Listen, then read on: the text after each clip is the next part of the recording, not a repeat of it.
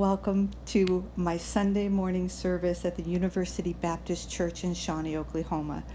This was my fifth visit and second interview with Pastor Dunn, who is not only broadcasting on YouTube, but also is live Sunday morning on FM 102.3, enabling people like me to gather in the parking lot and worship safely in our cars.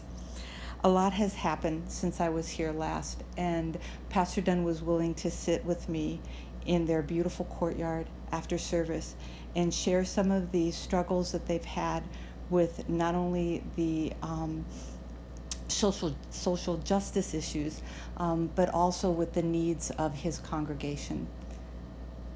But you're right in that the university and our church in particular has a history of some more inclusion when it comes to gender issues, specifically our church in Baptist life.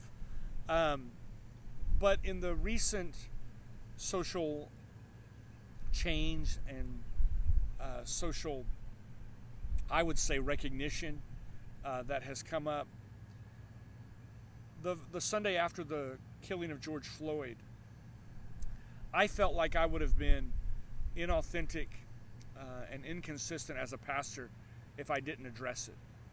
And so I would say one of the blessings of our church is that my church let me address it. And my church understood that I was working through it just as they were working through it.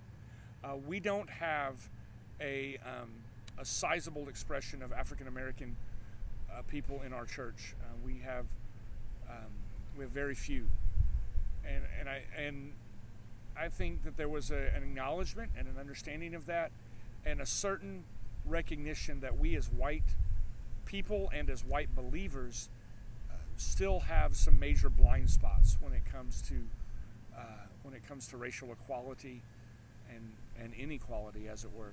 And so I think that there's a sense in our church that we're working that out. We're working it out as individuals, and we're working it out collectively. To do that in the time of a pandemic, it's just all very interesting. Do you find that it comes up as a subject? Do you think that your congregation is actively wrestling with it, or probably the pandemic is taking up the bulk of the mind share? Oh, that's a great question. And I wouldn't even begin to be able to percentage it, how much of each takes up. I think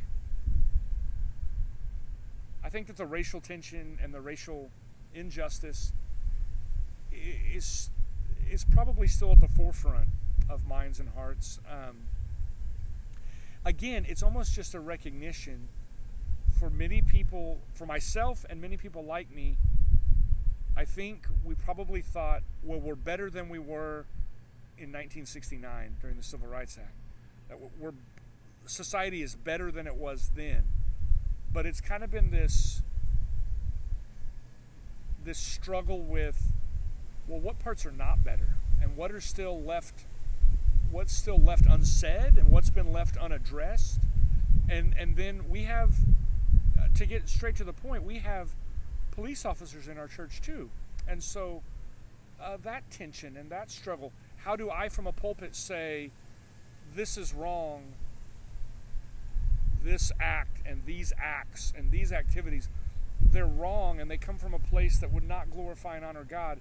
And at the same time, this is a noble profession who people give their hearts and lives to do and to do well. How do you strike that balance? I think that people are thinking through those things as well.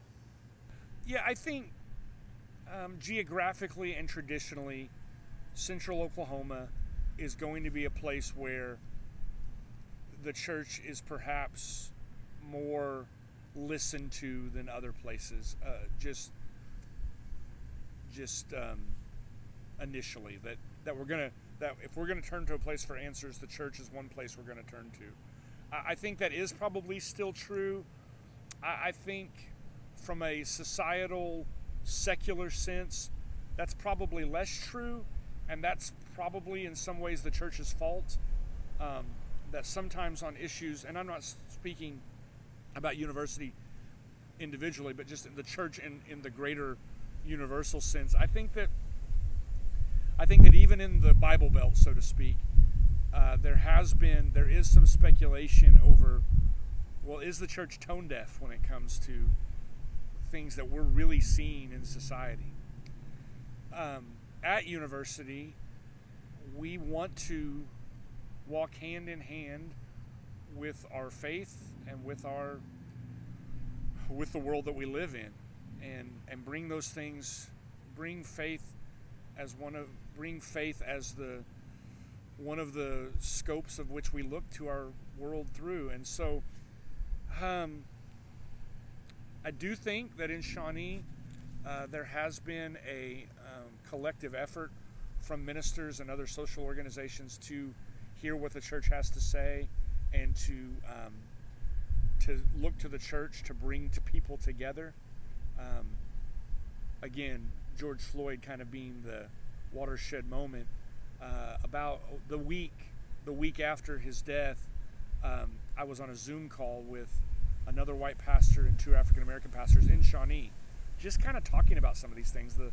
The conversation was led by the African American pastor, and it was helpful, and it was helpful for me in processing. Again, there are blind spots that exist that I just don't fully acknowledge, and I think that if we're blind to the world around us, that our faith beckons us, requires us to see fully.